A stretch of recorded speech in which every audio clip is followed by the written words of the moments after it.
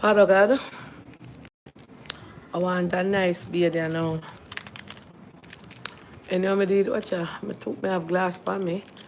Glass for me neck and glass for me eye. I never see this from a barn. Me can't remember say me have that one. I me a search. But I never see this. Me really me know. No. Can you believe it, guys? Me have the glass right here so. In here so. And I walk, I search for this. And when me come front of live now. And she say me have it right here so. And me downstairs, that's why I not come like that, you know. I downstairs, I say I want the brown glass because this time I'm going out glass. I have the glass right here so in my chest to look while I can't see it. My backside, me really I get all. I have the glass on my chest and I search down the whole place for this here glass here. I never see this yet. Good night, one and all. Good night, good night, good night, my plankers. I'm tired. I'm not too long coming, you know. With this top of road. Drop up parlor. That's why I never come on yet. I'm just not too long come. Go use the bathroom. I shower and then I say no, if I shower, I put on my nightie and I now come. So my water go and stay there cool. You know, wait for me. Good night, good night, good night. Welcome to the club. Thank you, welcome. If you just joining the live, let me share me something. What a beautiful life today at the Bellevue Hospital. Let us talk about the good things today at Bellevue. Let me fix this. And me just come on, you know. I just made some curry shrimp. I just eat, for my dinner, I eat two scrambled egg and a piece of naan bread. Because I want heavy food in the night, yeah. You understand? So, well, let me find this. I wish I let me dip and then I go. Alright. Let me share this. Let me switch. So guys, we have a Planka Nation sister with we have a Planka sister who is seeking a house to rent in the Portmore area. She wished not to be named, but is somebody who is credible and in a good job. So she wants a house to rent. If you wish to rent her the place or to tell her about it, you can reach out to Auntie Paula. Auntie Paula will give you her details. Hold on. One of our sister. Oh God. Alright. You know, my brain now remember somebody something them. So if anybody know in the Portmore area, know anywhere renting. And we also in Canada people, Cherry Nails, I have no more Millie for do my nails, you know. But our daughter will come tomorrow. Millie is now in Canada. And she's now doing nails there, you know. She got sponsored a work permit to come to Canada and work and do nails. So Millie wants me to give you her foreign number if anybody wants her to. I don't remember, but she's near to where Bonix is, where Bonix Caribbean store used to be, in that area. So Millie, me asked her if you know that Canada. Millie's doing nails there, you know. Thanks be to God. And she said the number is 942-588-1157. I want to know Millie bad. I'm not tell no lie, I want to know that. 942-588-1157. And if you don't want to know with Millie, that's my nail tech. Everybody I go well with me. Eh? Aramiga and left them. Cocoa have our store now. Millie gonna foreign. Never go find a different. Oh, well, our daughter can do nails. So our daughter come do me tomorrow. I'm show her something cherry nails.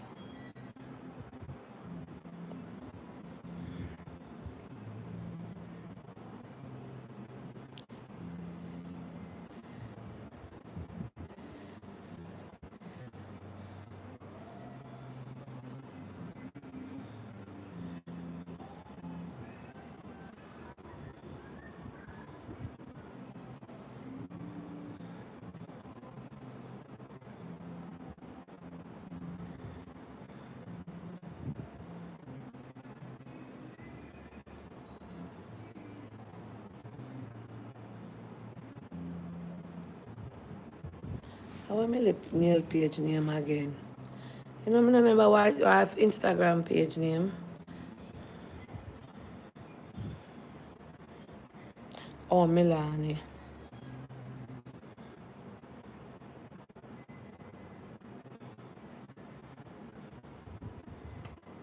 I don't remember what my page name, you know. Milani nails. Let me see.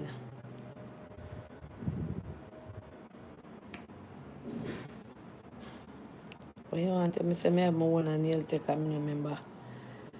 May I get it tomorrow and tell you, because I don't remember. So, Millie is in Canada, to be exact, Toronto. With my passion auntie why admin show up the live.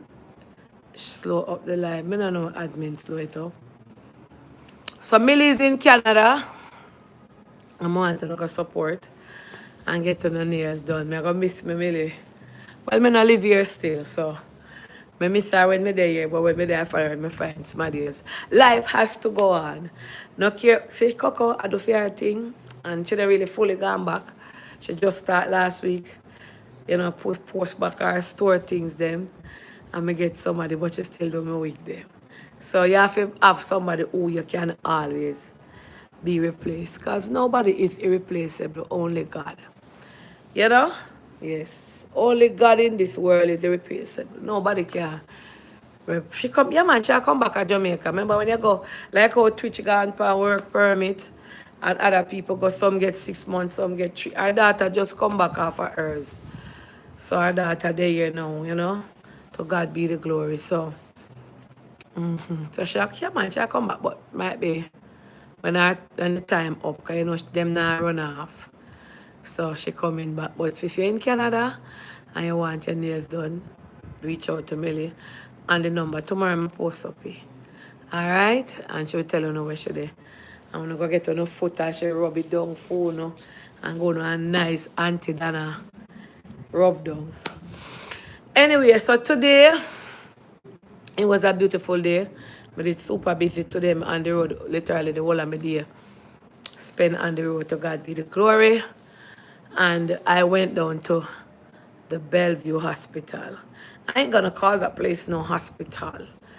I'm gonna call it the Bellevue what the word is? Recreation Center. Where you go there to get your recreation what the word? Pronounce it there for me. Let me look for the word. Recreation. Let me look for the word phone. Wait. Before me chat foolish. Hold on. It's a recreation, right? I which one? Because that is not no damn hospital. That is too posh. Yeah. Hold on. That ain't no hospital. Recreational center, yes. Recreational center, at whatever you pronounce it as. I'm gonna call it that. Where you understand where people recuperate and come back to normal. Recreational center, yes. Recreational center, whatever on a pronounce. I ain't calling there no hospital because that is top notch, the best, one of the best rehabilitation centers in Jamaica. This something that is like first when me hear about Bellevue, you know, and we have this concept of over the first time I went there, I was in like literal awe. Because me just say, Planka, look over here, pretty and big. It has 50 acres. Like if me that do well than 2 acres of that the place they got 2 acres of land, a big piece of land, and it has 50 acres. And I was appalled by the thing that I saw today. First of all, I tell you a long time, I don't hear your voice. First of all, the food area, the kitchen area where the meals are prepared. Oh my God, that is super clean, posh. Then I got a tour of the farm. Oh my God, callaloo, tomatoes, cucumber, scallion, cabbage, all different kind of things plant there. So they plant and they eat. They eat what they grow. And me say callaloo there, so them can't run out of callaloo as one set up and cut down and a set bloom. So, and they cook for 500 and odd people every day down there. And the initiative for me today was to go there and pick up a token of appreciation on behalf of it. You know, so them should have write plank upon it, but see it right here. It's very nice. A token of appreciation for the Yellow Bus initiative. I'm gonna find somewhere up there so put it. I don't want an earthquake come and Lord, not make nothing come and shake it down. Nothing. I have one up there, I think, yes. I think I have one up there that, yes, a glass one. I'm gonna put it up there. I'm gonna put it inside my closet because I have a space for stuff like this where I can, when I'm looking for my clothes, I can reminisce. Like I have a picture wall in my kitchen. And this, it says, Bellevue Hospital present this award of appreciation to Donegal for your invaluable contribution for 2024 and 2025. And this, I take this on behalf of every planker nation who donated to Anti-Donna Goodies program over the years who has made this possible. This is just a plaque. You understand? But it's the thought behind it, and God, man gives us award and God gives us reward. And I am living off of my reward from God. So I appreciate this and I accept it on behalf of each and every one of my Planka Nation who has made this possible. Because without the Planka shop, this could not have been possible. And there is so many things that God has been doing in my life. Some I can speak about and some I can't because I don't wish to talk. But I can tell you guys, I'm drinking from a saucer.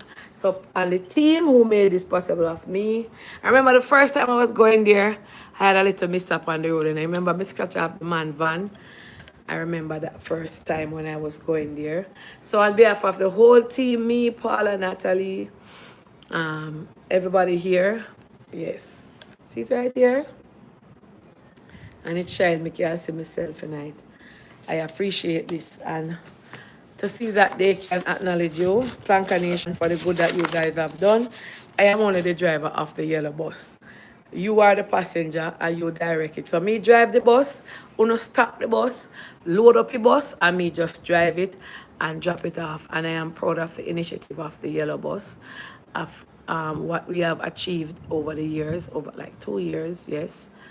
And not just the Bellevue, but the Jamaica Society for the Blind, Mona Rehab, and you know, the little things that we have done over the years that we call everything that we do pertaining to groceries, we call it a part of the yellow bus. So it comes under that umbrella. So me know I feel good, and let us continue to do good no matter what. You know, I went to my sister this evening because I remember when Paula was doing Mr. English House.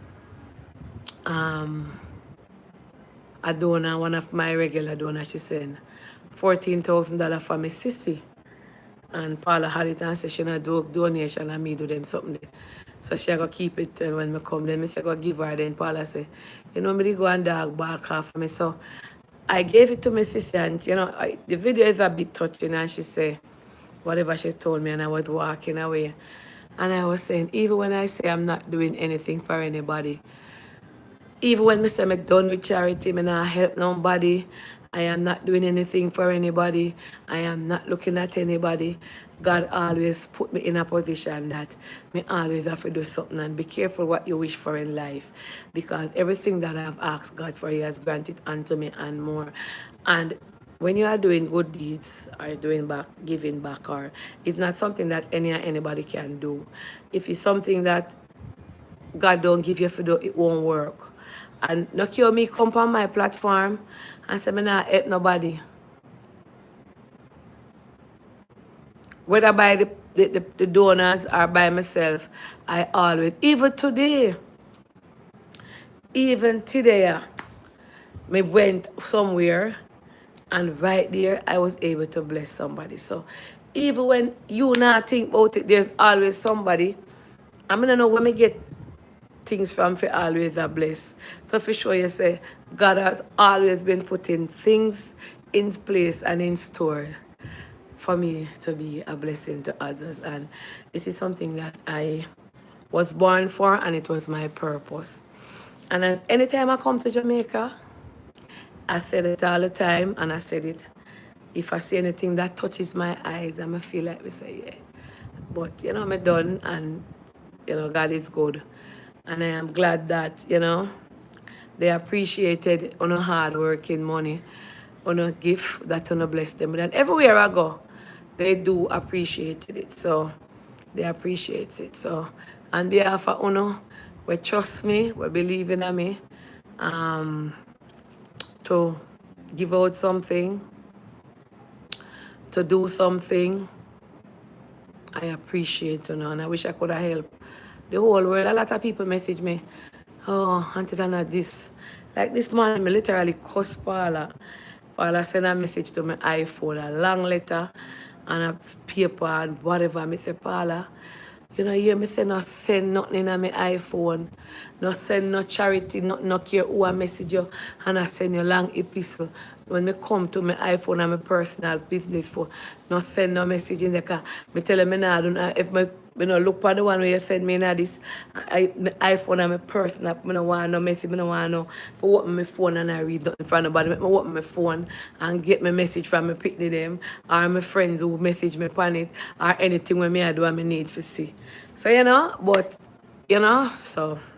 And today is the starting of Cancer Awareness Month, and it's also Mental Health Month. And I just took up my phone and I was scrolling on TikTok, allegedly. They say, allegedly, somebody say a judge hanged herself. I don't know, committed suicide. Don't know if it is true. I said, then look out to them down there. Then look, me have this number for yesterday. Then look out to them down there talk about suicidal rate, and when me come look while me see it, so I say, oh my God, allegedly. I'm not sure if it's true. But we had a deep conversation. I would implore anybody watching this now to watch that live that I did down there. She spoke on some very touchy things.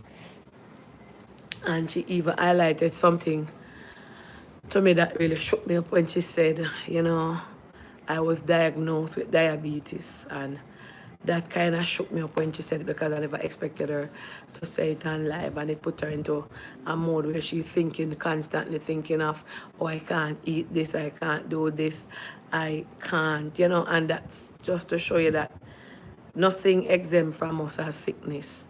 You're good hearty, eat everything healthy, cut out certain things, and when you take a stack, bap, you go, you hear say, your diabetes with this or whatever. Because once you catch 50, 45, going up in those age, and even younger people too, even younger people. She said it on the live, if you were listening.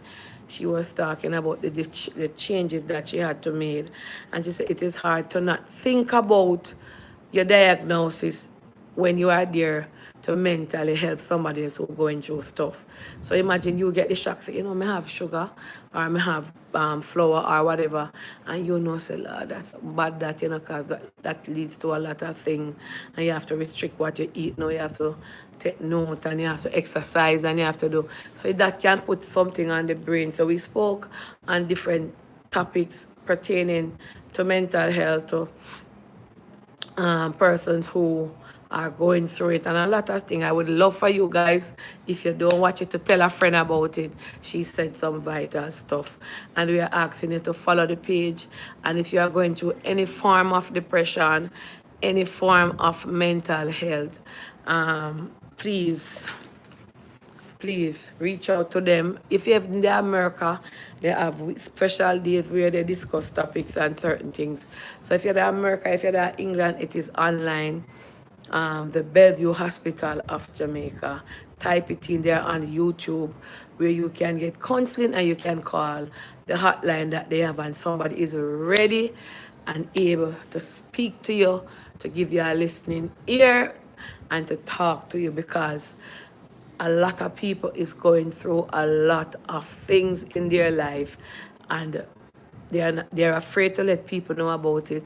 They're afraid to accept it, that it is getting to their brain, and they just don't know where else to turn to. And family members, when I hear the young miss say this man that she checked herself into Bellevue, I'm like, what the hell? And you call you pretty and nice, she drove herself there. And when she went there, persons were saying, but what you do you so? But she knew that something was wrong. And to know the amount of no man, she gonna eat cake, but she's not going to indulge. So she will come and she will eat by how much cake she. I can say it's a blessing. Let me tell you something. And she said something here today that I always tell you guys that I will get contracts from company. And she said the last time the amount of cake that you supplied a funeral parlor with, because funeral parlor have more than one outlet or have more than the funeral parlor you can have this and that, and the funeral or that. And she was saying that last year they took so many. She took cake for the Bellevue, and and I got contract through her. So when God bless you, input people in your space that will be a blessing unto you. And the fact that I went there and donated those things, it opened up a lot of door for me, and it is still opening up door because when one company support you, because everybody loves the strawberry cake. Oh my God. And one company support you this year and them like it last year and them tell. So, it open up door and I don't have to come on here and say, because I never even did tell you no, where me deliver cake or who I'm going to say, why? The Christmas look festive, and that was last year. So we give God thanks for everything, because when God do things here, me might do it and say, try some food, but you never know who, and who know who, and who know who, and who know who, like somebody have substance. Me call them people have substance. Reach out to me, and I had spoken on something I'm not going to tell you guys is what. And the person said, Miss Dana, please, you are very powerful. You don't know the influence that you have in Jamaica here. And that is why when you say stuff or when you try to influence people, people will come at you because they know if Auntie Dana come out, no pure people hate me, no pure people not like me. If Auntie Dana come out and say, I want to go over there so go buy, or I so go vote for this year one, or go say this, no gone. Whether old or young, like when I was saying politics, right, I'm on TikTok, and I said go vote for Labour. People were so intimidated by that post that it got over 1 million views, and they reported, like in the day, the one day that the video put up, it got over 1 million views, and person were upset with it. Some were disturbed by the fact that I was out here pushing people to vote JLP, and I didn't do that. I just said, get up out there. Live Foggy, hold on.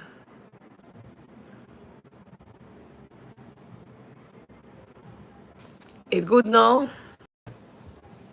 So people were saying that.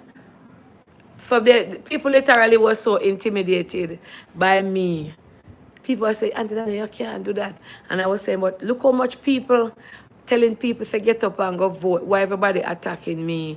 And the person said, at the time, people were saying, because you have power. And when I did look into my inbox and under the comment section, persons were saying, if anything Miss Dana say, yeah, no. When I looked in the comment section before them flag it, because when they had flagged it, I could have still seen the comment, but you guys couldn't see it.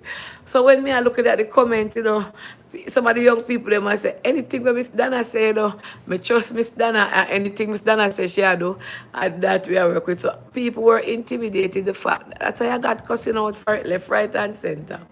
Because people knew I had the impact. I might not have the influence to influence people. So just like when we have the influence of people, if you go to Phoenix and get your glass that Miss Phoenix can now have 7 store.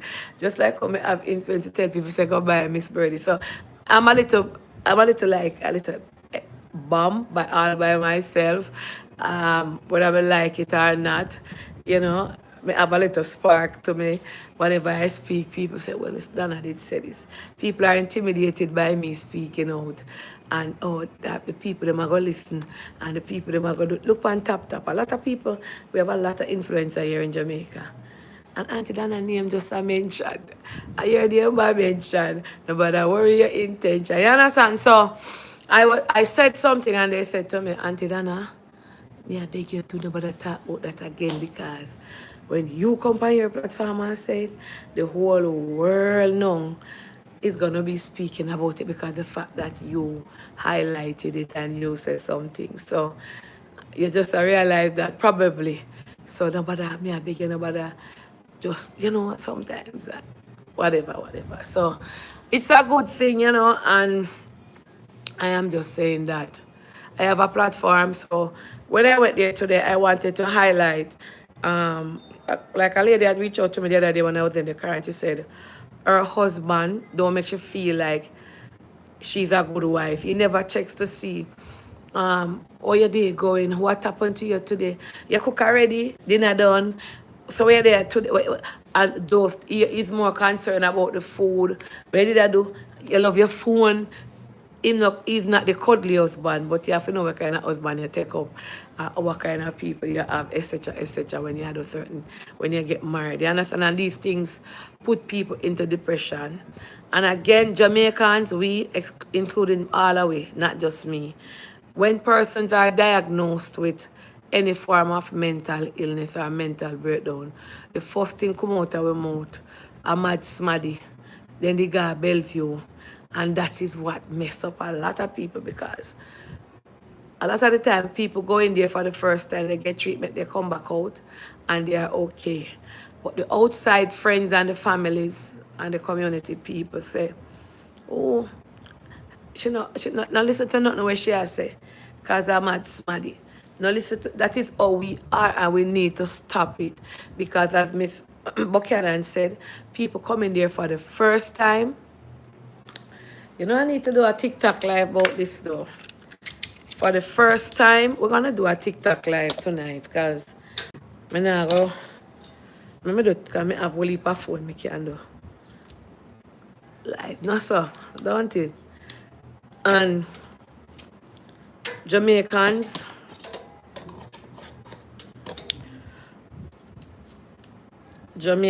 love if it says, see there? The girl mad out. No, you can't employ her because she not write it in her head, and that affects a lot of people. The stigma is attached.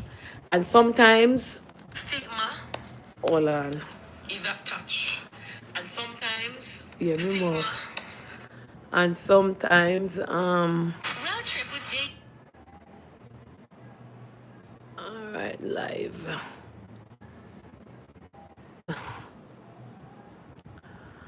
I have a gun. Hold on. Round trip with Jake.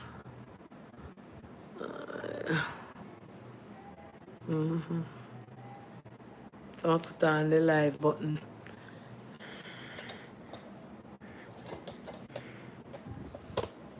Yeah. Alright, keep your kin quiet, kin.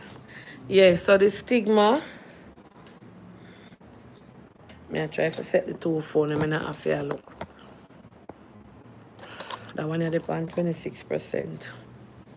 I may have enough charge, I know, but I can't bother get up. I make that one and get like a charge. Sebastian, I see you over on my TikTok. I see you, Sebastian. You see you? Good night, everyone. Good night, Nanalyn. Guys, please support Nanalyn. Our Thanksgiving ham turkey sale going on. Yes, so for the American Canadian Thanksgiving. And when our Canadian Thanksgiving, that's this month, October, yeah. So Canada Thanksgiving, yes. Decline. Please not no, guys. So hello, plankers. Hello, TikTokers. Good night. Welcome to the live. Jackie Spence. Please don't send any requests yet, all right? Me just come on the live. So please don't send me no requests yet. Me have a look at discussion we want to talk about. All right, so I was talking on my Facebook, on my YouTube live, that I went to the Bellevue Hospital today and I got an award. And today is the 1st of October, Happy New Month, and it's also Mental Health Awareness Month and Cancer Month. So two of the most important aspects of sickness that affects Jamaicans. We have a lot of people, friends and family, suffering with cancer. Some of us might have it and don't even know. You might have it and don't know. Curse it in the name of Jesus. And also mental health. And we want to emphasize on that because that was what we were discussing today. And I wanted to use my platform. So this morning I saw, and I didn't plan to go to Bellevue today, but I had known that there was an award and I just chose to go. So this morning I was watching my TikTok and I saw this young miss made a post and she said, young, pretty, beautiful, vibrant, young miss, probably in her 30s or so, young girl. And she made a post and she said, I checked myself into the Bellevue hospital because I knew that I needed help. And she said, when she went, I reposted it on my page.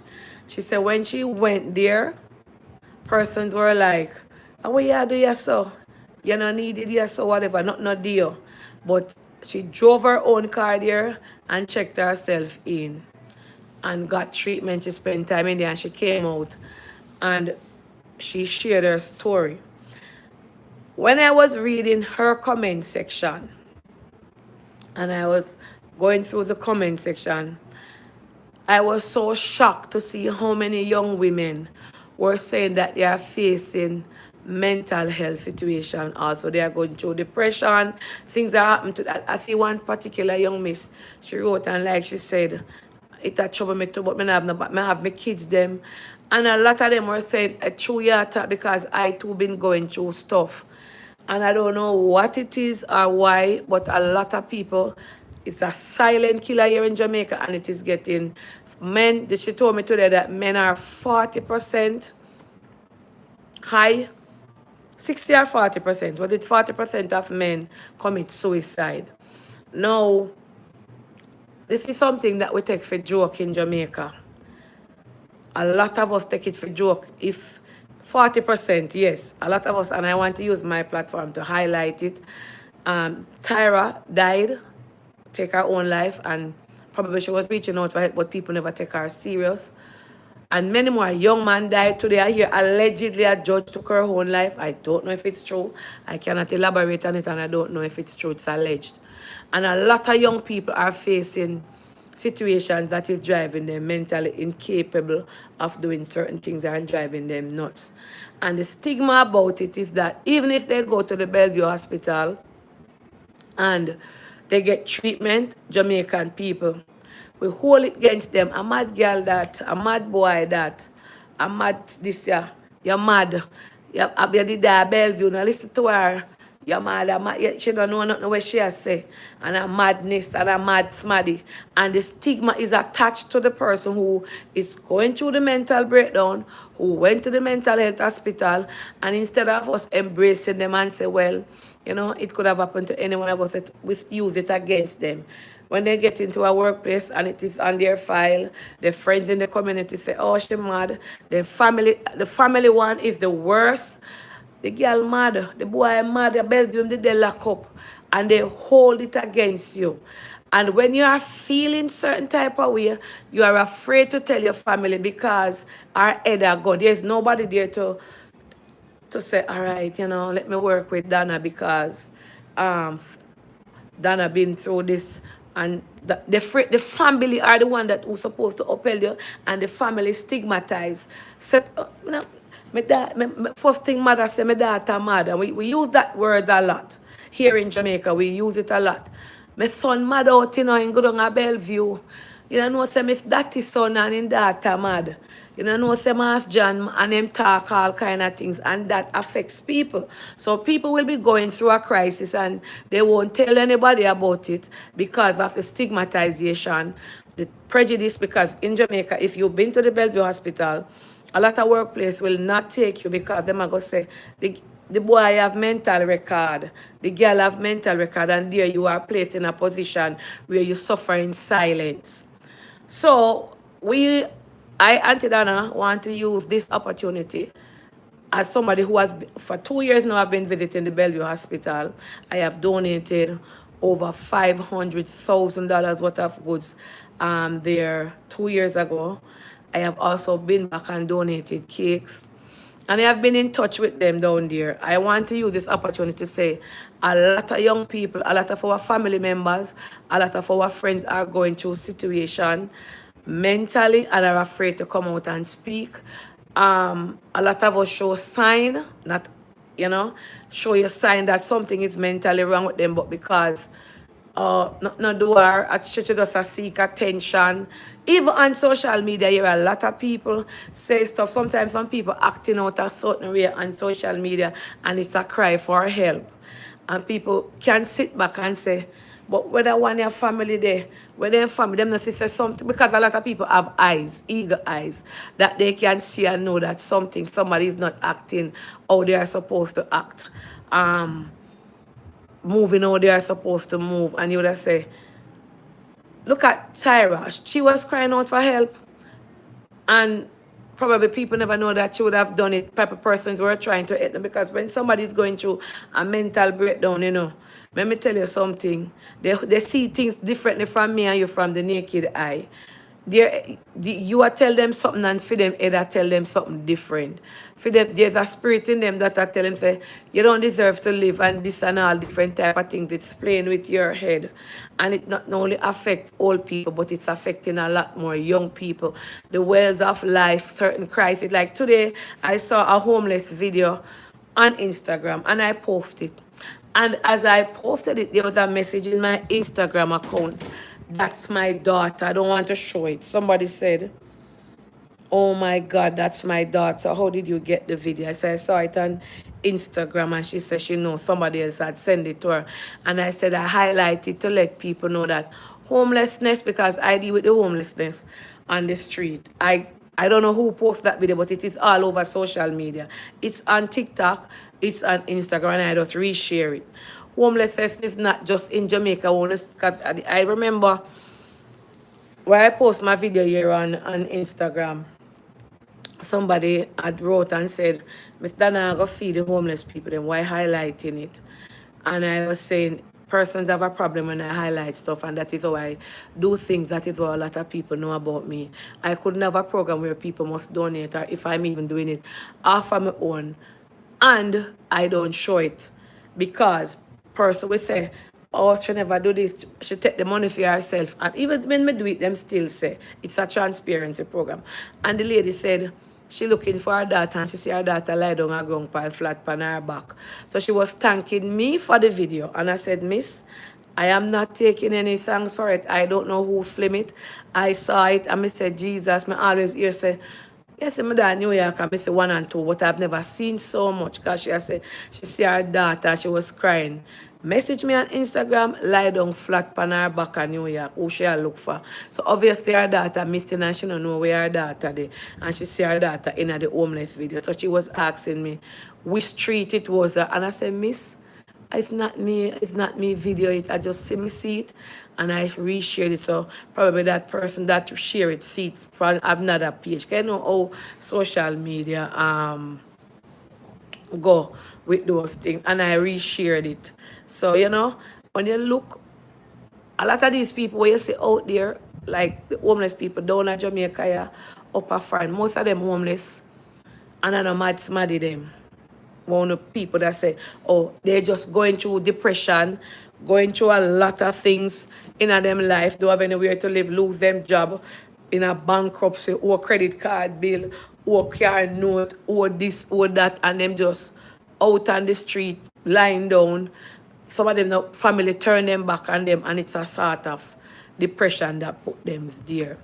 I hear that in America, I don't know if it is true, that when, I'm going to see if anybody on the live who has any bit of experience with mental health. I don't know if Miss Suzette on her bed. Let me see. Because I told her that I would love for her to join me on it to discuss it. Because it's, hold on, let me see if she got on her bed. Let me see if she got on her bed. I would love, she might be tired and gone lie down. But I'm seeing if she not on her bed, she would be the ideal person to come on to join me on the TikTok live to speak on it. So sometimes it's a lot of things happen. She probably asleep it late now. I can't call her. If anybody on the live who going through a mental health breakdown, health breakdown and you want to join in and discuss it and give, a little advice to family members and persons to look out for your neighbor, look out for your friend, look out for your children. There are always signs there. There. Oh, sister, call me back. Hello, good night. Sorry for calling you so late. You gone to your bed? Oh, I am. Oh, so I'm on TikTok live, right? And I was talking about mental health and some of the things that we discuss. So I was asking if you want to chime in on the live to talk because today is mental health awareness and also cancer. So we are speaking on the mental health challenge, and I was speaking about the young miss this morning. If you would like to chime in to give young people a little hope, because a lot of them going through it, but they don't know how to deal with it. They hide it from themselves, from family, and they're living with it and it bottled up inside. So I don't know if you want to join. You don't understand TikTok? Oh, you have TikTok? All right. So you come on TikTok, you follow me, and you send me a request. So yeah, man, you can block out your camera. Cause she just come from work and she say she go get ready, but she will come on it and talk. So you don't have to put your face in it. So you just so you just send me the invite and then I will add you and then you speak.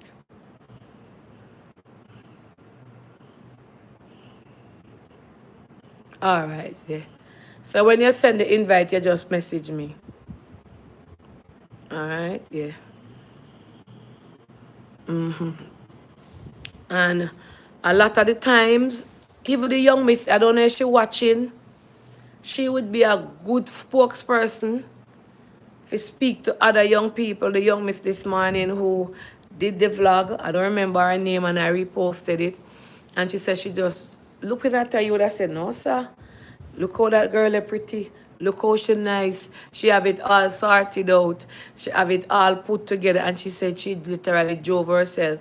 So if you know her page and you can tag her, we'd love to hear from her that she can encourage somebody else on the live who has been through it. And this person said accept. Let me see.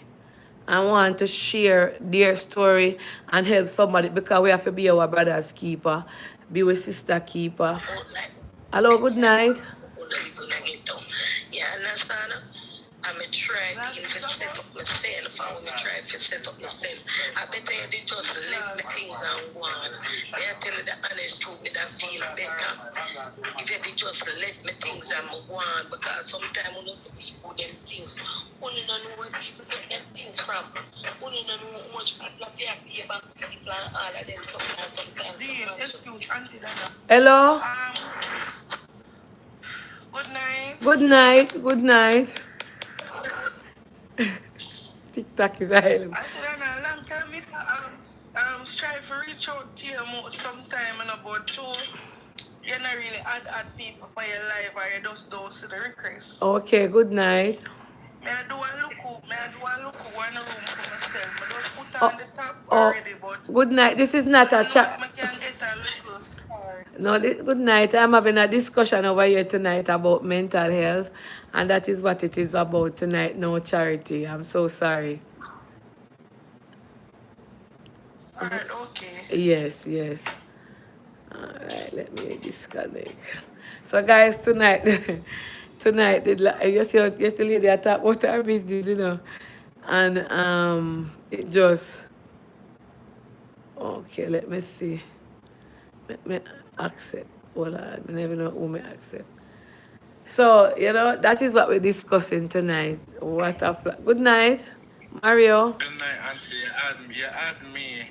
Auntie. I see you send me the request. But just send the request. Auntie, a lot of people, and I'm gonna do this in American because my parts were not gonna be so great. But a lot of people look at me and they don't know that, ever since I've had the kidney issue, Auntie, when I tell you, say some days I wake up and depression lick me. Auntie, it is not easy. And I try my best. Auntie Paula can tell you. I will call Youth for God, and I encourage so many people and give people light. But inside, some people don't understand how much. You know, the other day when I came to Jamaica and I saw you, Auntie, I was so glad to see you.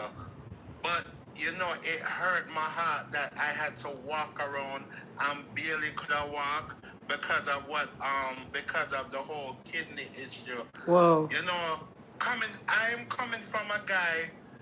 You know, them said Jamaica would have worked more. Them always said Jamaica would have worked more hours in a day if there were more hours. Mm-hmm. And me, the man, Auntie, when me could have worked 3 16-hour shifts and don't look back. I could have worked. Me say when me used to work at Southwest, until some time that me I push 2 wheelchair and I run up and down and I work. And me I tell you when they alright, sorry, but now I go cry. So I tell them now when we reach at the airport until me have to request for a wheelchair because me can't walk. Oh God. Because every time I walk, I feel like my heart I drop out because of the whole issue now. But you know, something would get me through it, and this is what I tell people all the time. I'm never scared to. I'm never scared to. A lot of times when I go to work until right after dialysis, and the people them say something on my hand, and them say, "What happened to you?" I'm gonna tell them, I say, "It's kidney failure." Them say, "Oh my God, I'm so sorry. Don't mean to." I said, "No, I'm gonna tell everybody about it." But what get me through it, Auntie? Why me not reach I was depressed yet? Because some time I'm not lying, Auntie. I'm not afraid to tell it. Some time I'm have to catch myself before I say something to the nurse them and then go report me and turn me in. Because some of you don't understand that sometimes these things bother you. But you know what get me through, Auntie? My faith in God. Yes. Auntie, it's because I believe in a God. Auntie, if I never believe in a God, I would have gone a long time, you know? Wow. I'm going to tell you this, if I never believed in God, I would have been gone a long, long time ago. See, I'll know, the other day now, I tell you, Auntie, say I'm going to get the cancer. When I reach, Jesus. them tell me, say, in a St. Louis where I'm at, Auntie, the wait time for a kidney donation is 5 years. Me reach the 5 years, Auntie, and guess what licked me? Cancer. Jesus. I know me can't get the kidney transplant. Me have to wait another 2 years. You know how that mash up my spirit? Wow. You know how that crush me? I can't go work like me used to. I can't go nowhere. The other day I want to stay in Jamaica for a whole week. I have to rush, come back, nearly kill off myself, sitting there for the 4 days. I'm telling you, depression is real. But it's the way, yeah, some people can, some people can't. But man, tell you, I God keep me true, Auntie. It's God keep me true. Now I have the cancer, Auntie. The cancer, it lead to a whole another set of problems, Auntie. Me don't want to scare nobody, but now it lead to a whole another set of problems. And then, you know what hurt to, Auntie? Some them say Jamaicans' mouths don't have no filter, some people. I don't even go, my birthday just passed the 18th, Auntie. I don't go nowhere for my birthday. I never even know either. Because with the cancer, Auntie, if me eat anything, me have to run go to the bathroom. And when my girl and my family, they make insensitive comments.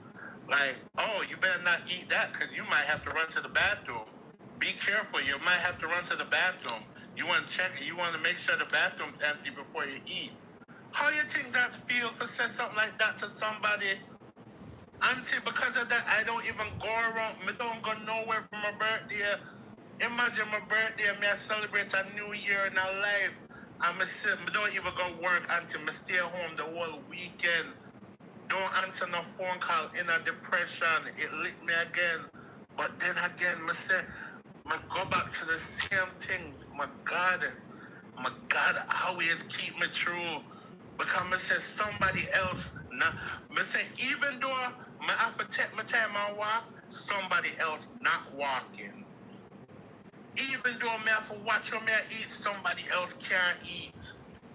True, Even true. though I can't work, my bills them still paid. Even though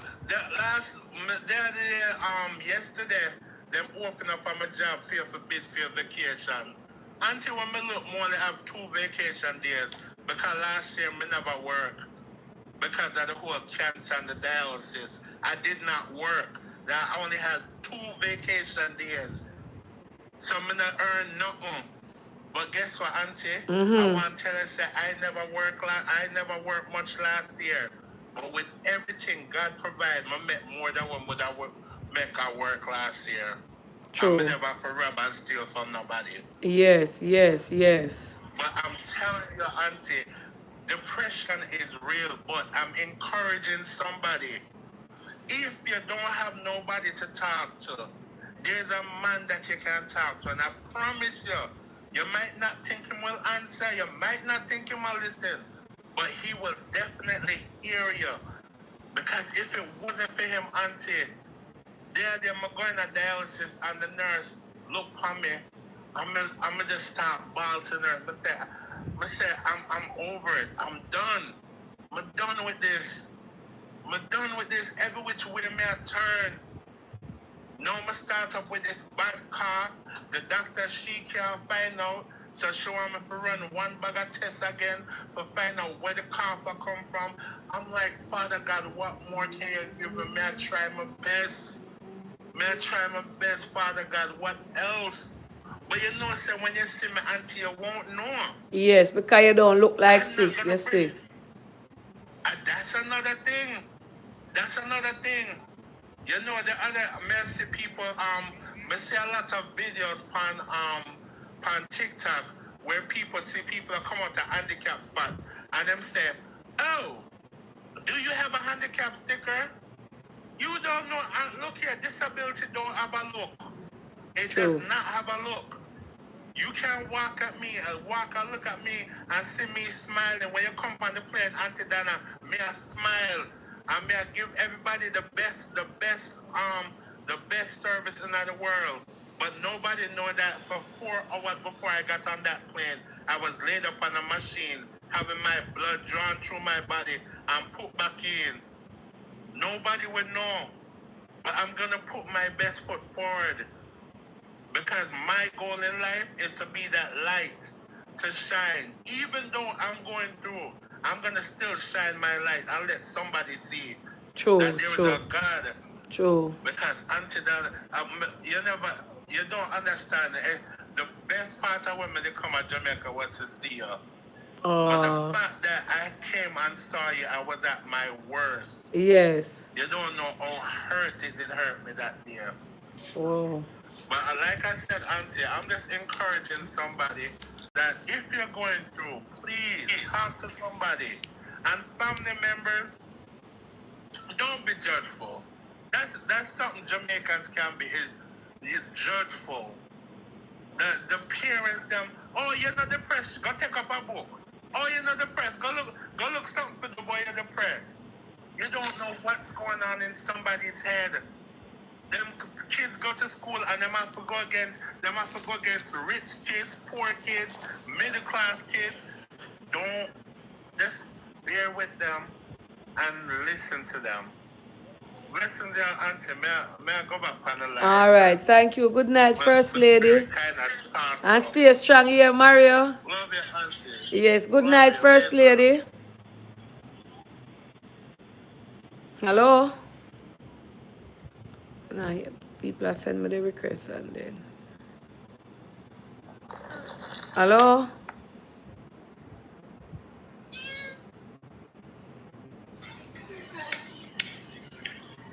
Hello, Auntie Dana. Good night, good night. God make you special. Make you special. I just want to encourage you that God make you so special, darling. You're Thank so you. sweet. You're so nice. You're so kind-hearted, Auntie Dana. I love you so much. I don't know what to say about you, like a word I can't speak. You are fabulous. You are kind. You are beautiful. God covered you.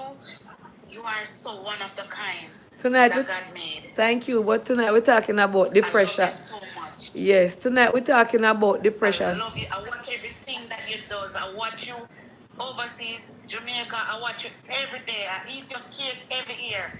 Auntie Dana, I love you so much. Thank you, thank you. And tonight we're talking about depression. You know, we don't want the spotlight on me. So we're talking to persons who know persons going through it, mental health, you know. Some people are go through some things and Yes, they're afraid yes. to talk. And you see, it reach a point now where, and it is the start of the month where they emphasize on it and they highlight it Yes. and, you know, they try to help as much people as possible. You know, we don't know what going through people head tonight, you know, people going through True. some, yes. So, you have True. you have anything to say on it? Well, this today I was on live and I was felt bad, like I was feeling so bad for this young lady, and I was saying to a young man says, we know people throw in the gutter a lot of times. But if I even want somebody can came out and have her back, I said I don't know people what they're going We're through, and not going to sometimes call they're going through anybody some name over moment here, where they, yeah? We are discussing, no, no, no, no. okay, we're just discussing person, yeah. Yeah, so I'm just saying to somebody, say, listen, man, if we have a little problem and it a bother, we talk to somebody. Let somebody give you a good encouragement. Because sometimes I tell you, if we not talk to somebody, sometimes we're caught up in a somewhere where people don't expect we caught up in. But when you talk to people, they listen and they do understand. Because mental health is really serious in Jamaica. Really, really serious. People don't know how serious this is. It break you, it pull you down, it kill you, it send you go mad house, all these things. So what I might say to somebody, if you're going through something, just talk to somebody, call somebody, speak with somebody, let somebody sit down with you and talk to you. Pray with you. Say something. You understand? Yes. I'm just begging the young people, them just say something. We are Okay. like human and we needed Okay. somebody to speak to at times. Somebody said, Madam said there's no one to talk to. Good night, the person that just come on. Hello? Good night. Yes, good night, welcome. Thank you, Auntie Donna. Good night. Yes. God bless you. You know, um, a lot of people, go through mental illness, stress-related illnesses without even knowing that they are stressed. And even though I was reading a lot of the comments under the young lady who committed suicide, and so many people under the comments are saying they are feeling the same way, and I'm wondering what is it, why are so many people feeling so helpless to the point that they would want to take their own lives. And as I thought of it, I said there are so many times people are going through stress, through, different oppression. And because they do not share it with others, they will not get any help. There's a word that says, open mouth, a closed mouth cannot be fed.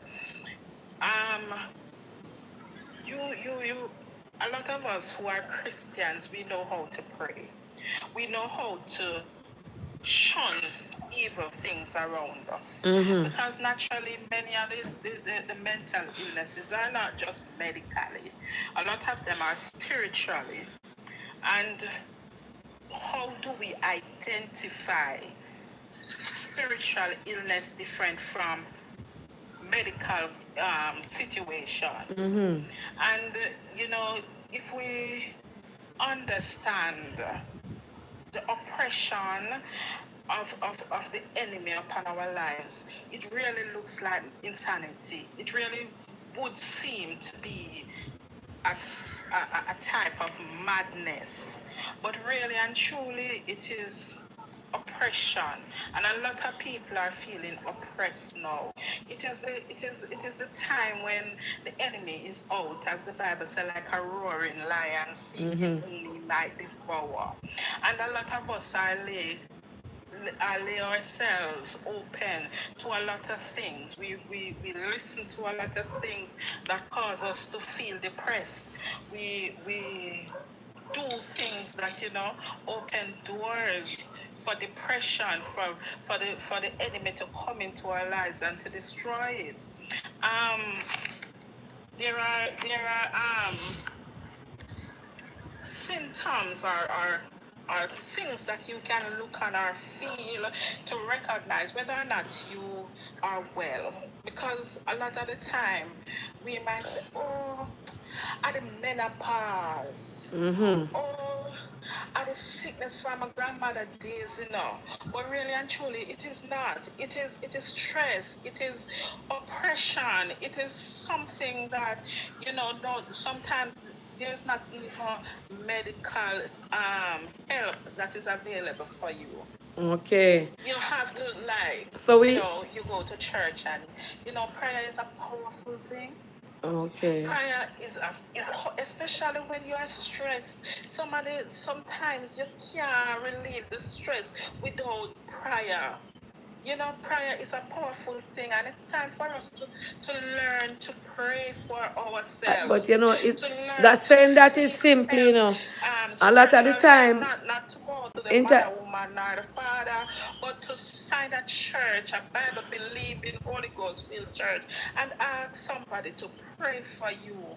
Interjection. I have been through stressful situations, so I know how it feels. And some of the things where you feel as sort of heaviness.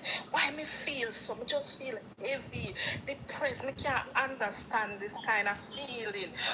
Hopeless. Me not understand me. You just gone into a pit, you don't understand how this oppressive feeling, the thoughts that come to your mind. Remember the young lady, she was saying, there was voices speaking to her. A lot of the times there are thoughts coming into our head that, better me just kill myself. I'm not going to make it out of this. Better me just this. Better me just that. And I hear another person, in recent times, who was saying those things, and that thought was expressed vocally on her life, and it caused her to be in trouble. But sometimes it is real. It is real. People go through things without even understanding what it is that they are going through. The thoughts, the voices they hear, experiencing different feelings, negative feelings, unusual or unexplained physical feelings. You don't understand why here's so just a hurt. My son, I never hit it up or I never do anything, but it's just hurting me. There are a lot of things. You're weighed down, and then you become unfunctional because the level of care that you would want to give even your children around you, it does not allow you to do that, because for some, they would take it to their bed, they sleep every day. Some people smoke, some people drink, because that's where they get the comfort from, and they are not able to do the things around them to take care of their household, to take care of their children. They are emotionally and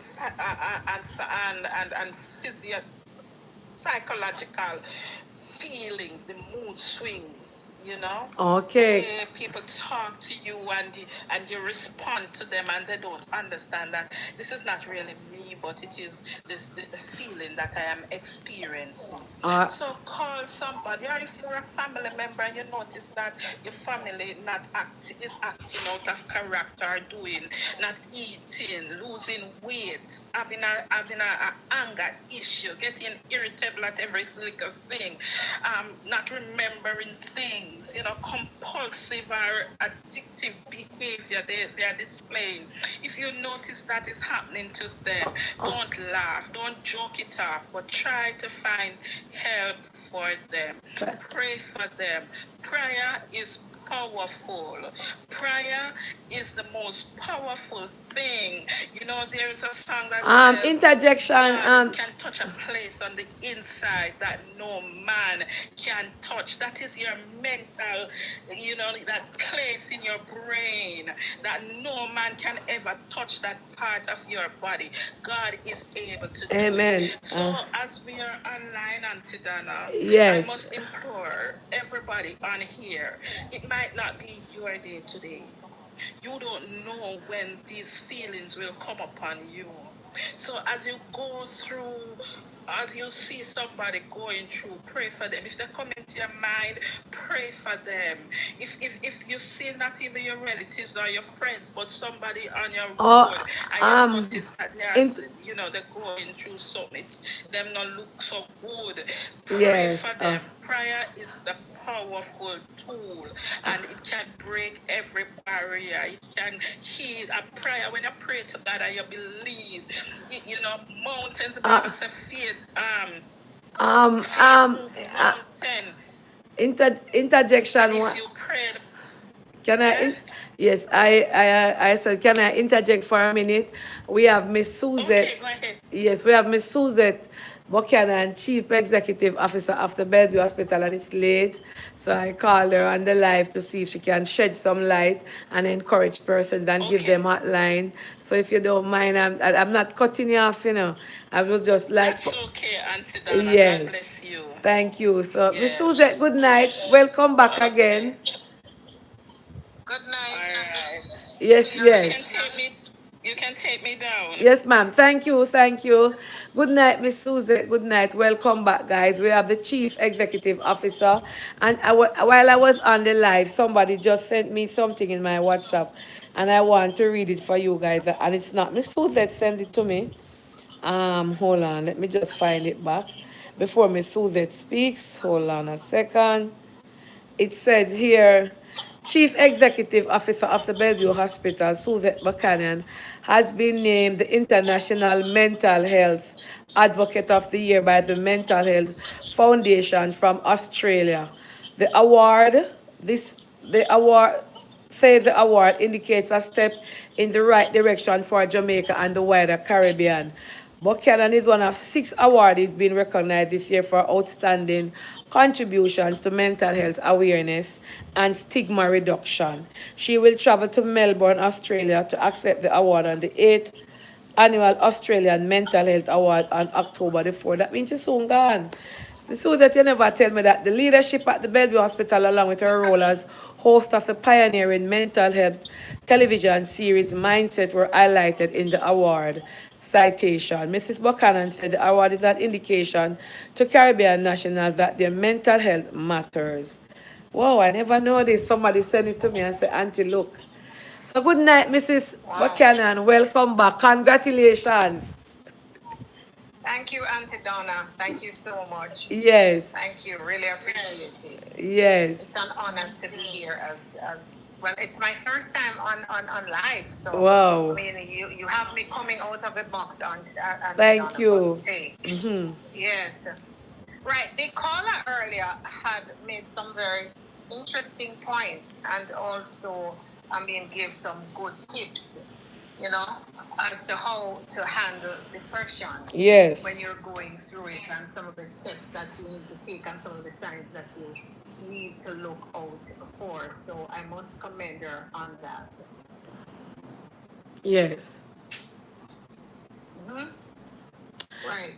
So what are we talking about? So today I was just highlighting the fact that today, for persons who didn't get to watch it live today, I was just highlighting the fact that the month of October is Mental Illness wellness awareness and also cancer.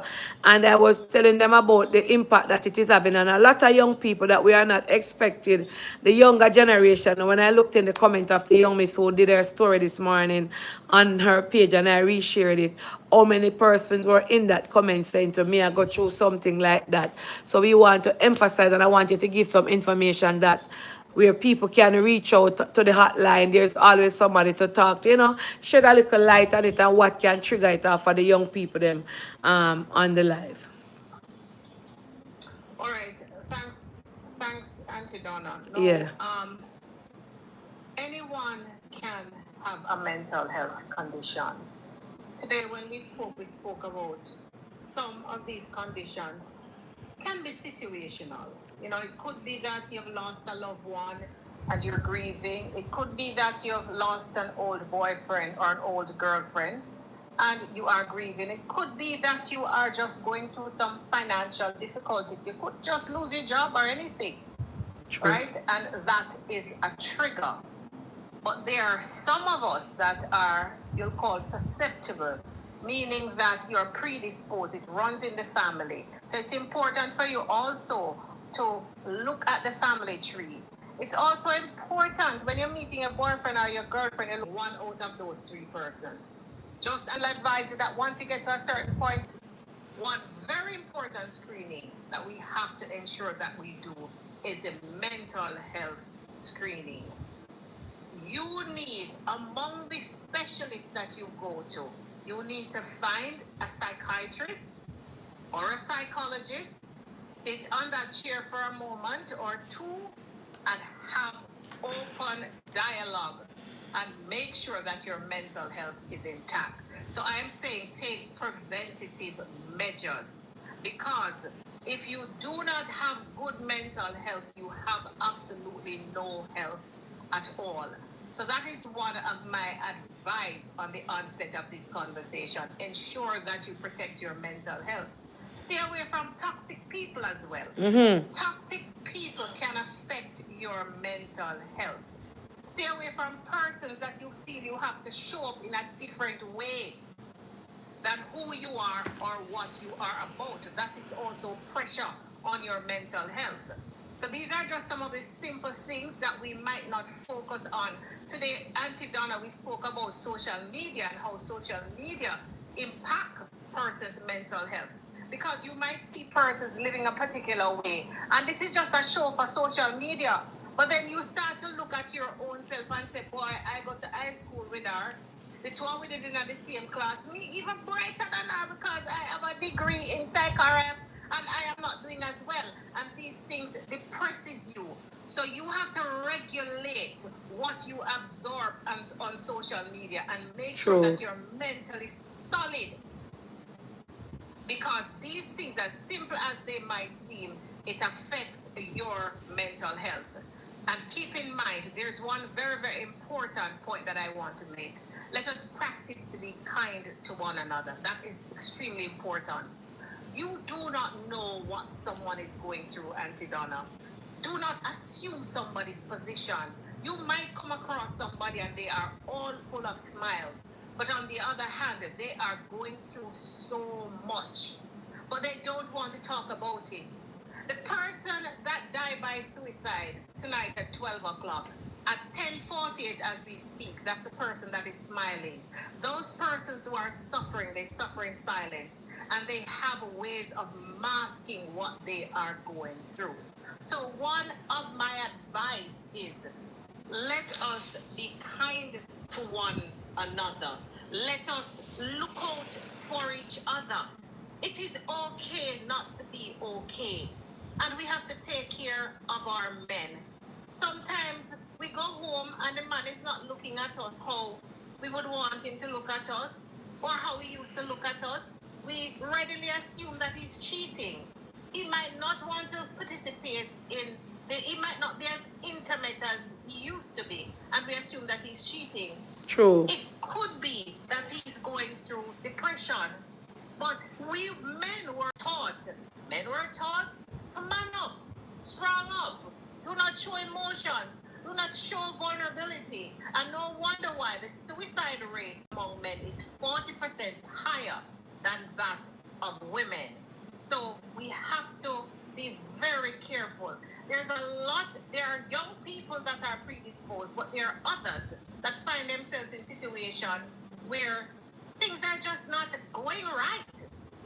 Things are just not how they planned out their life. It is not going accordingly. And so they become depressed. They become anxious. You have middle-aged women that are looking and saying, hey, I'm almost 50 years old and I'm not married yet and I don't have a boyfriend. But I see my schoolmate, I see my co-worker that is married. When am I going to put on that ring? When am I going to go into that wedding dress? True. And that brings on a certain level of anxiety. And then depressive disorder comes into play. And then once it goes untreated, it can in fact become something else. Sometimes you might even start to ideate suicide, thinking about how can I end my life, because things are not going as Donna's life is going. And so we have to be very careful. So we want to talk about some of the signs that we have to look out for to tell if someone is going through something. Persistent sadness or emptiness. You feel sad, down, emotionally numb most of the day or nearly every day without a clear reason. You just don't know. I just don't feel good. I just don't feel like getting up. I feel like sleeping all day. I don't want to look through the window. I don't want to talk to anybody else. This persistent feeling of emptiness is a sign. Loss of interest or pleasure. Things you once enjoyed, like hobbies, socializing, food, sex, or even job, those things no longer bring you joy or satisfaction. You want to look out for those. Fatigue or low energy. You feel constantly drained even after resting. Everyday tasks feel like the heaviest burden. Used to go down a Carnation Market, and all of a sudden I used to enjoy going there on a Thursday and chatting with those vendors from across the rural parts. But all of a sudden, that becomes such a hard task for you to do. Then you want to look out for that person. Changes in sleep pattern. Today we talk about it. You might sleep too much, or you struggle to sleep. Waking up too early or having trouble falling asleep. Watch out for that. So if you have a child that is not falling asleep and has come off the routine of falling asleep by 9, 10 o'clock, grab and open the door and tell them, if you don't go to your bed, just do some investigation to see what is happening. Something could be happening. That child could be bullied at school. You're not sure what's happening, so we have to pay attention. And appetite or weight changes. Depression can lead to either eating too much or losing your appetite. And this results in noticeable weight changes. So if you see somebody just losing some weight, I have a friend that has been losing weight, and I grabbed him and I said, listen, let's have a conversation. And guess what? He's depressed. He's saying to me that, listen, and I mean, he lives in one of the affluent areas in Kingston. He's in an excellent job, and he says he's summing up his life. And when he looks at his life, he says, I have all of these things, but I am not happy in my relationship. I mean, and this is somebody that is successful. So we have to look out for that. Another important one is the feeling of worthlessness or guilt. You feel overwhelmed. You self-criticize. Guilt over past mistakes. Things that happened 20 and 15 years ago, you continue to blame yourself for it. The feeling of worthlessness. The feeling you become unforgiving to yourself. You can't, I can't win at anything, even when you are winning. If you hear your husband or your children coming in and telling you that, boy, I just can't get math, I just can't get English, mommy, I get 80%, rather than say to that child, you're too greedy, man. You feel lucky, some people are get 60 or 40. Have a discussion with that child. That child might be going through something. True. Difficulty concentrating or making decisions. It's not age.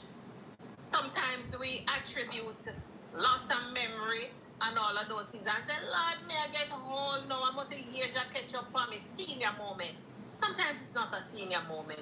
You may struggle to focus, remember details, or even make simple decisions if you are depressed. So somebody might turn up and see you. Auntie Paula might turn up one day, Auntie Donna, and thinks that she's always quick and decisive about. She's scratching her head and say, oh, what if I must put sugar in her cake? But look here now, since like me have the glass for my face and I look, I have it for my clothes, I have one for my face and I look for the one for my clothes. Is that any form of depression? It's not necessarily, it doesn't have to be, but sometimes some of these things when it happen, sometimes you're going through a certain level of depression. It's barely. You know, you become upset-minded. Some persons, I'm not saying that is what is happening in your case, but we must not rule these things out. True. Just ensure that we check to make sure, because most of us, we check when it gets too late. And today you gave an excellent how you coined it. I kind of like it. The red flag. What the red flag mean? We have to respond to the red flag, because if we don't, it will become the black flag, and the black flag is a representation of mourning. So we have to be very, very careful. Irritability and restlessness. Lord of mercy. Everything bother you. The poor man come in and hug you up, you push him down. In come in and in pay your compliment. Yes. You say to him, say, boy, I don't want to like how I feel now, I don't want to hear nothing.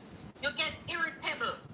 All the things that you'd enjoy a little hug all along. They say, Lord man, you cluster me man. If you cluster. It could also be restlessness. You feel unusually agitated, on the edge, angry, sometimes with no clear trigger. That's something. What about physical aches and pain? A lot of us, we don't attribute that to mental health condition. We call it arthritis. It could be headache. It could be stomach problem, back pain, or physical issues. Sometimes these things, something mentally is happening, because remember, when the brain is not functioning properly, the body will not function properly. Finally, thoughts of death or suicide. You do get these thoughts. You might think life isn't worth living, or have recurring thoughts of death or self-harm. Boy, I feel like I just drive the car and go by yourself. Boy, I feel some young people cut the wrist. This is usually a serious red flag, and it requires immediate attention. So those are just some of the signs that we need to look out for. Wow. Wow. Yeah, these are just some of the signs. So if you are experiencing some of these signs, it is time to reach out. And I want you to take note of these numbers, because this is very, very important. The number is 888. Hold on, Miss Susan. We cannot give out the number online. I will post it on my Facebook. Right, TikTok will ban us for numbers. Yes. Okay, sorry. Thank you for that. Yes. You can tell that I am not used over here. Yes. The person with Morphic, good night. Hold on, hello? Let me disconnect. Hold on a second. All right, let me answer this call. This person calling non-stop. Let me take a WhatsApp call. Hello, good night. All right, Arcia said I really need someone to talk to sometime. You can there's a hotline at the Bellevue Hospital. You just go online and you find it and you call, and somebody is always there to call. Good night. Hi, good night, Auntie Donna. Yes, ma'am. Welcome. I'm just gonna share my perspective on mental illness. Yes. And I'm gonna look at another diagnosis apart from depression. I have a family member who had a mental break when he was in his late 20s. And he was diagnosed with schizophrenia. He got paranoid, he stopped taking care of himself, And it was a challenge. This is a vibrant person, went to college, had his job, had a mental break. And it was a challenge to get help. Not to get help for him, but for him to accept that he had a problem. We even seek the help of the health clinic in the area, but they said because he wasn't violent, they wouldn't come and give him administer an injection. We had to take him to the clinic. Eventually, with family, we come together. Family, we came together, and with the support, we were able to get him to get the help that he needs. But what I notice is that you have to be on top of him for his medication. He will take it, and at times he will call and he'll speak to me, and when he speaks to me, I know that he's not taking his meds. So I'll ask one of the family member to check on him to make sure that he's taking it. Sometimes he will hide, they will find the medication stuck away in things, so you have to be on top of them with that. And I'm also gonna talk about the stigma that's attached because of his mental illness. He's now unable to. Nobody wants to hire him, and I'm talking about this person who is educated and was vibrant before the illness. So the stigma is there. He's in Jamaica. The stigma is there, so he's now just there, not able to work because of his mental illness. So that's one angle. And I'm going to talk from the angle where I work with people with mental illness. And I find that the stigma where I'm at, I'm not in Jamaica, but where I'm at, there's also stigma. Because in some cases, when you have people with mental illness, if there is a disagreement with a family member, say they have a disagreement with a family member and the police is called, they will take the person because they have the diagnosis of mental illness, they'll take that person to the hospital. And sometimes when you listen to the conversation, you would say, well, to yourself, you don't really say to them, you say, well, based on what they tell you, they weren't wrong because they have this diagnosis of having a mental illness, then the family member or the other person is going to over them. Also, I find too that sometimes it's challenging for them, you having them take their medication, and again, they will hide it in their mouth, they will hide it under the pillow, they will hide it everywhere, so you have, while they're in hospital, you have to watch them. I remember a young lady came to me one day. She was on the old here, and she said to me that, why are you scared? She said, because now that she's educated, she's able to see things clear, and whatever she's seeing is very scary for her because she has never been so clear in all her life. So I encouraged her. I said, yes, I do understand, and I encourage her that whenever you leave here, make sure you take me, don't come back in the hospital. So I will round up my thing and say that the stigma is a lens, whether you're in Jamaica or you're in a foreign country, because people tend to think that something is totally wrong with you. Okay. And sometimes you have to tell them, just like how you have illness of you have that, or you have hypertension and you treat it, you also need to treat your brain. Thank you. Miss Susan had it.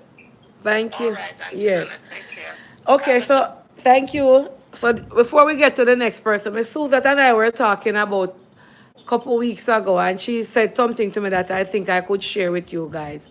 So we have the misconception that whenever somebody goes to the Bellevue Hospital, they automatically get an injection, because a lot of people have this fear in them. And I was speaking to her and she said to me, no, Auntie Donna, when you come to the hospital, you are seen by doctors and they will interview you, question you, and diagnose you. And a lot of the times, some of these people who come to the hospital, they don't need an injection based on what they said to the doctor.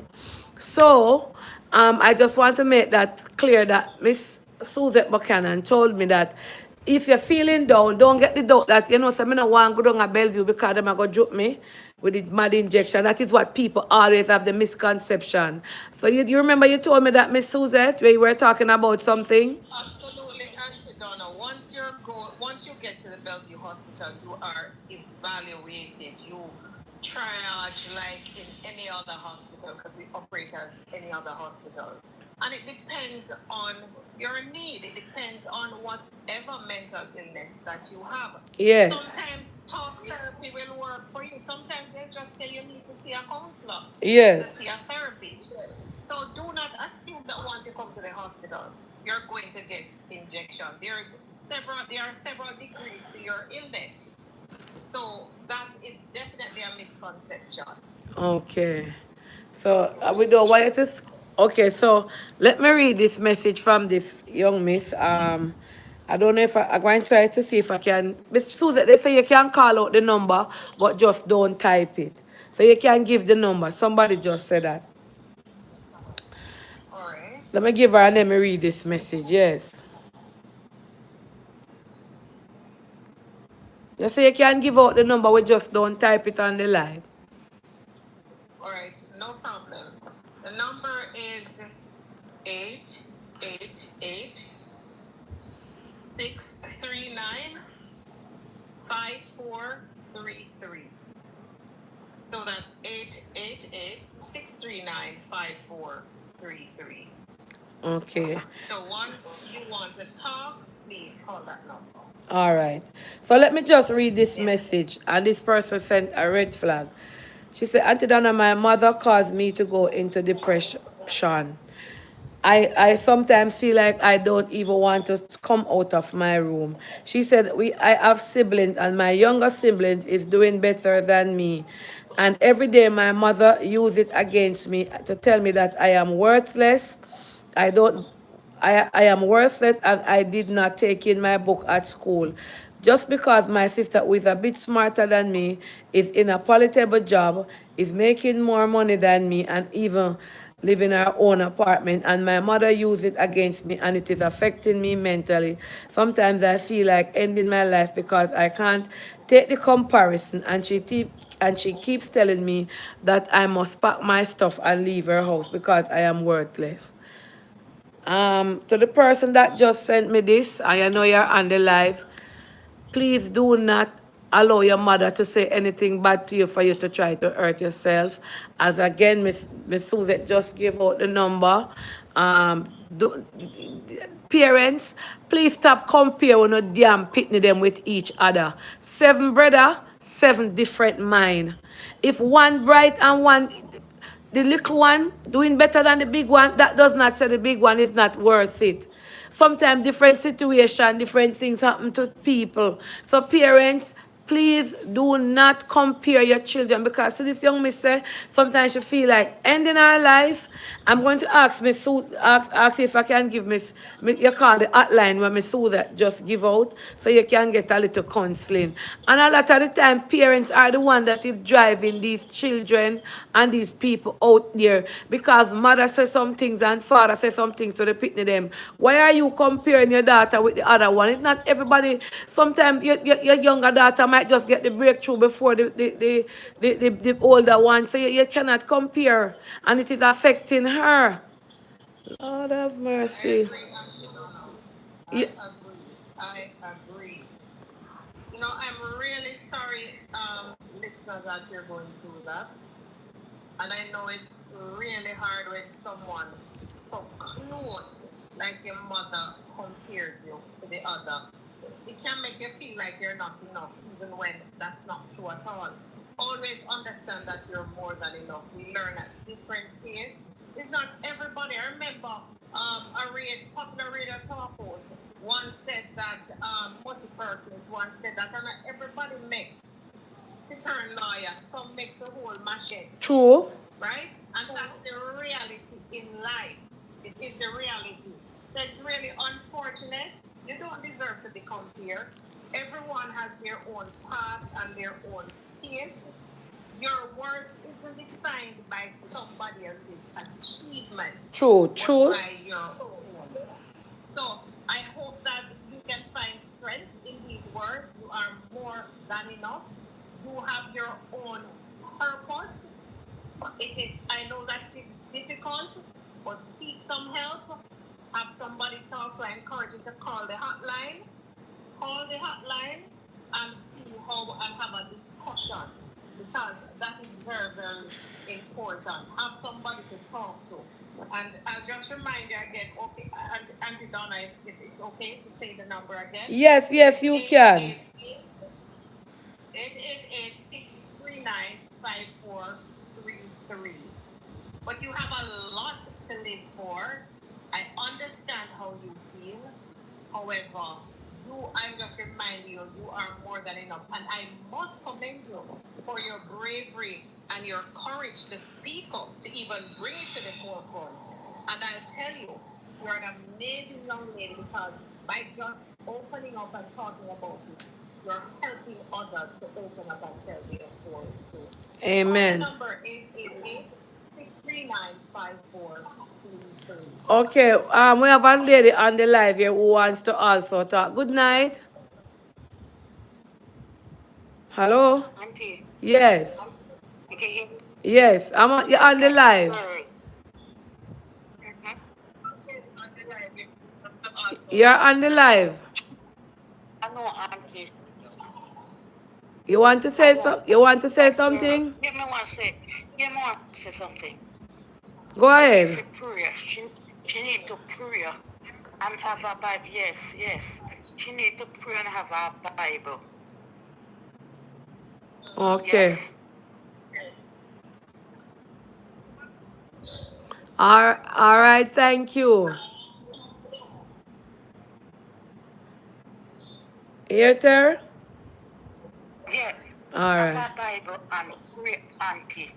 You see, when she have a Bible and pray, make sure say she's strong in the prayer, and make sure she's pray every night. Because if she not pray every night, remember, you're going to keep on coming back and coming back and coming back. She has to down on her knee, even if you don't believe in a God, down on your knee and prayer. All right, thank you. And then when she finish, she sleep with her Bible open. Don't close that Bible. And I like to pray, Auntie. I like to pray. Yes. Awesome. Good advice. Yes. Very, very important. Yes. Leave it out of anything. Thank you so much, Ter. You know what happened, Planka Shop? And the young miss that you see someone with mother, parents, we are with children, them worst enemy. We drive with children, them for going a certain area where them no want for going and for do certain things where them no want for do. Because you see, as a parent, when you go come in a child life and tell them, compare them to each other, the Bible says you have 7 brothers, and the 7 of them come with 7 different minds. Some are going to be tailor, some are going to be dressmaker, some are going to be lawyer, some are going to be police, all different profession. And a lot of the times, you are the one that drives the children and drive your son and drive your daughter and drive them to go do certain things and put themselves in a state. Because right now, you, the person who say her mother comparing her to her younger sister who is doing better than her. You are drive your older daughter to go down a path of destruction because she cannot mentally deal with it. You comparing her to her and say, oh, your sister do better than you and you're bigger and whatever. You cannot do that. So please, Miss. Donna, Yeah? something I can tell you is that sometimes some of these mothers are operating from their trauma. They were treated that way by their parents as well, and they did not seek treatment. And people live, children live what they learn, and adults too. And so, what is happening that mommy could be operating from her trauma? She was told that probably she had a sister that her parent deemed was more successful than she was. And because this is what she learned, and because she did not get any treatment to learn how to manage how she was treated, she's now treating her daughter in this fashion. So parents, we have to also be careful as to how we operate from our own trauma. And because we have gotten older, it doesn't mean that whatever transpired in our lives in the early years, it's going to always manifest itself. So it's not only the daughter that will require treatment, the mommy might require some treatment as well. Because that's not normal. That's not a normal behavior.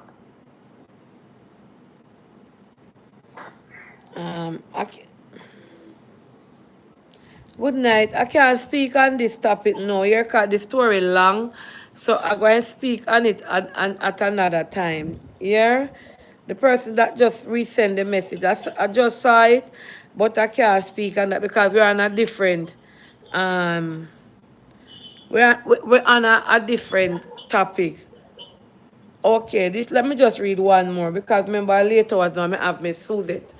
So this person said, I am going through a mental depression now because I was raped by my brother when I was younger. Although my parents illusion of forgiving him.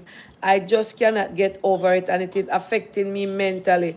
I thought I could have forget it, but it keeps coming back in my head. Sometimes I hear voices telling me that I am not worth anything because I slept with my brother. It's really painful and I have this phobia. I don't let my children out of my sight. I don't let my children play with each other as siblings.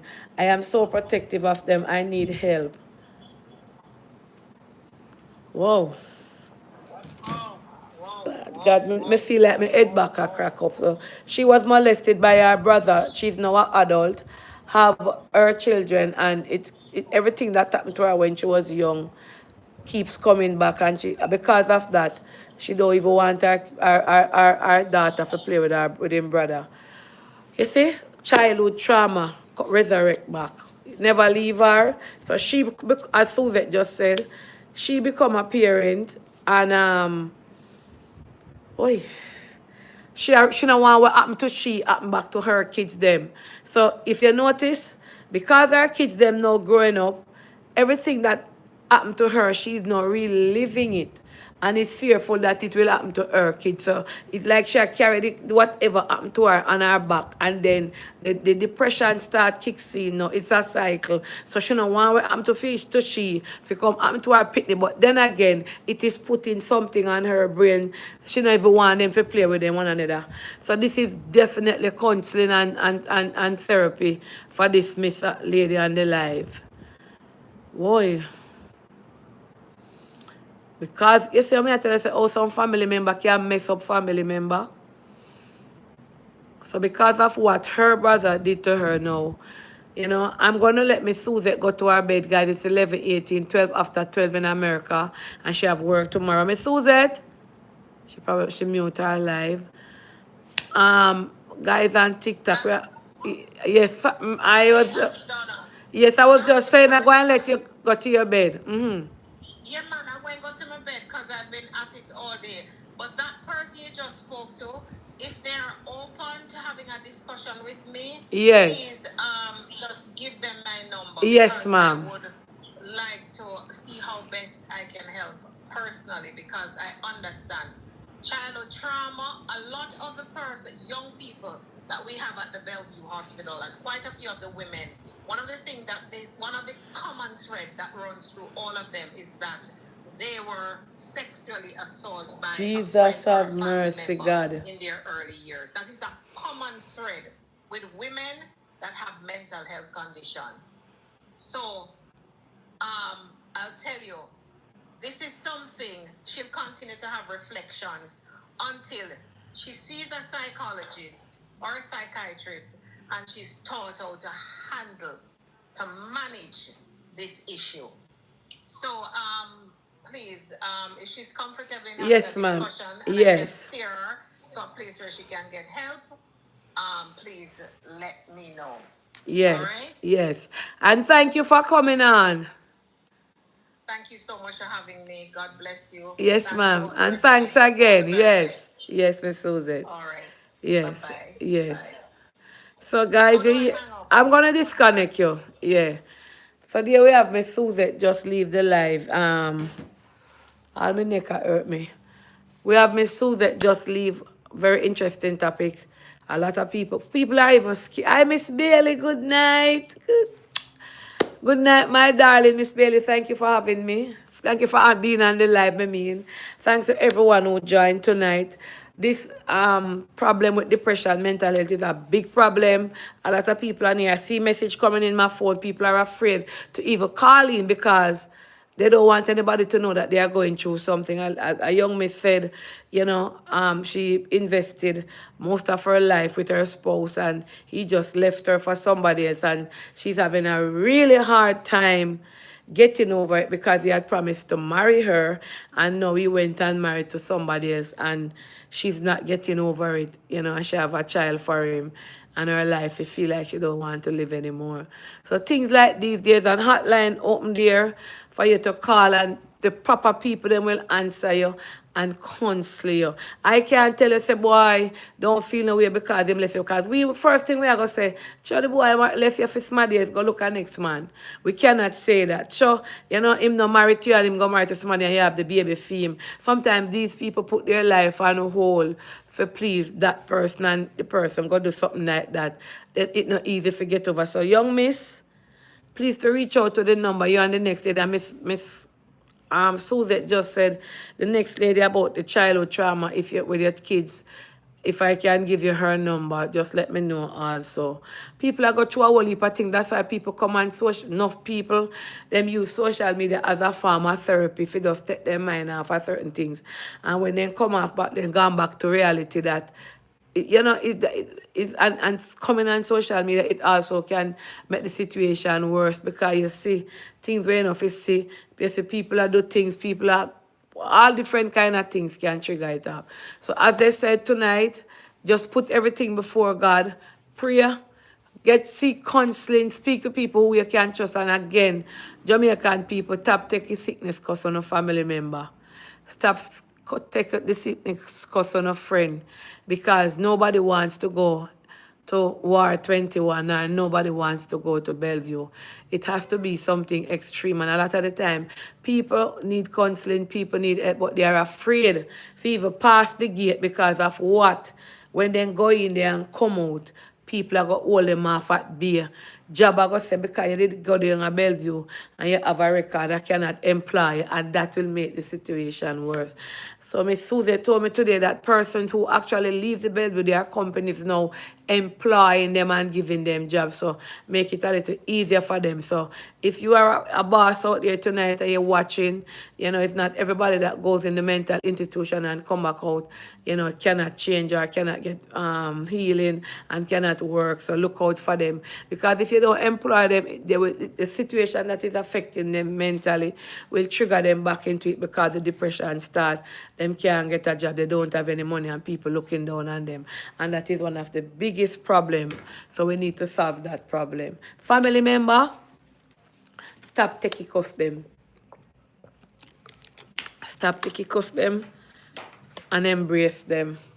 All right, TikTok, thanks for having me. See you again on another Auntie Dana talk. Bless upon yourself. Peace out. Anyway, YouTube, guys, remember, forget on the tickets for Shades Are Red. Guess what happened now? So I think about it today. I'm going to say 2 weeks. Are you guys, I see a lady having a bus from New York. So she wanted to plan a bus trip because she take the time off and she wanted to drive them. So she was asking me about package deal. So I said to her today that I don't have any package deal because just for example, say it's 100 people come, that is $10,000, right? Just listen. From that, you have to pay for the venue. Food not included in that. Decoration not included in that. So I can't, me probably have to go put money from my pocket on the event. So I just keep it at $100. So I can't go any lower.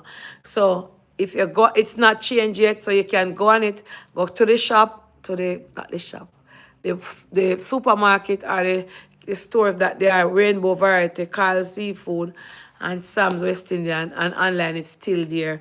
We just wrap it up and for you to come. So I don't have any package, $100, and that is reasonable. You're gonna get 3-course meal, and dessert, everything included, entertainment, sound man, everything. So we can't do nothing more. All right. So we're gonna make it stay. So remember to get your tickets, guys. Tap St. Jamaica also.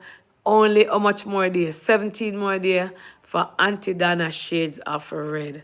All right. So bless upon yourself. Sooner or later, tomorrow morning, remember for sound of prayers. And please check up on a friend, check up on your kids, check up on everybody who going through situation. All right? Yes. You understand? So I can't do anything lesser than that. All right?